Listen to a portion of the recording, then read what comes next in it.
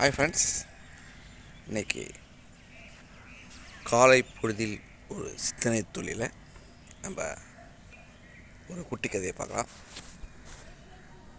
Welcome to positive vibe Seetha channel. ஒரு அடுத்தவங்களை எடை போடுறதை பற்றி ஒரு சின்ன கதை மூலமாக பார்க்கலாம். ஒரு லண்டனில் ஒரு தாத்தாவும் பேத்தியும் தினைக்கும் பார்க்கில் வந்து விளையாடுவாங்க. அந்த தாத்தா டெய்லி அந்த பேத்தியை கூட்டின்னு வந்து பார்க்கில் கொஞ்சம் நேரம் விளையாடிட்டு இருப்பாங்க. பால் எடுத்துகிட்டு வருவாங்க, பால் தூக்கி போடுவார், விளையாடுவாங்க. அன்றைக்கும் அப்படி தான் விளையாடிட்டு இருந்தாங்க. அப்போது ஒரு பால் போட்டு விளையாடிட்டு இருக்கும்போது ஒரு ஆள் ஆப்பிள் விற்றுன்னு போயிட்டு இருந்தான். உடனே அந்த குழந்தை, தாத்தா எனக்கு ஆப்பிள் வாங்கி கொடு அப்படின்னு சொல்லி கேட்டான். உடனே அந்த தாத்தாவும் சரி அப்படின்னு சொல்லி சட்டப்பையை பார்த்தார். கொஞ்சம் காசு இருந்தது, ஒரு 2 ஆப்பிள் வாங்கலாம், அவ்வளோ காசு இருந்தது அவர்கிட்ட. உடனே சரி அப்படின்னு சொல்லிட்டு அந்த குழந்தைக்கு 2 ஆப்பிள் வாங்கி கொடுத்தார்.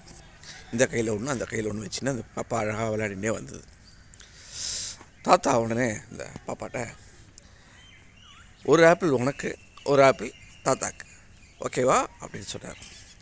அந்த பாப்பா உடனே டக்குன்னு ஒரு ஆப்பிளை கடிச்சிச்சு, இன்னொரு ஆப்பிளையும் கடிச்சிச்சு. தாத்தாக்கு முகம் சிரிப்பிலேருந்து மாறிடுது.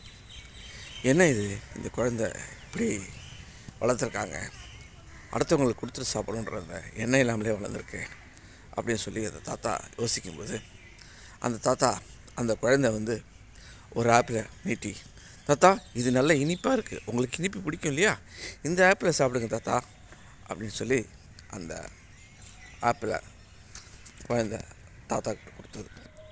தாத்தாக்கு ஒரே ஆச்சரியம். நம்ம தான் தப்பாக அவசரப்பட்டு இடம் போட்டுப்பேன் அப்படின்னு சொல்லி வருத்தப்பட்டு அந்த குழந்தைக்கு முத்தம் மொழி பொழிஞ்சு அவர் அந்த குழந்தையை தூக்கிண்டு அழகாக அந்த பார்க்கிலேருந்து கிளம்பி போனார். இப்படி தான் பல விஷயங்களில் நம்ம பார்க்குறத வச்சு நம்ம ஒரு இடம் போட்டுக்கிறோம்.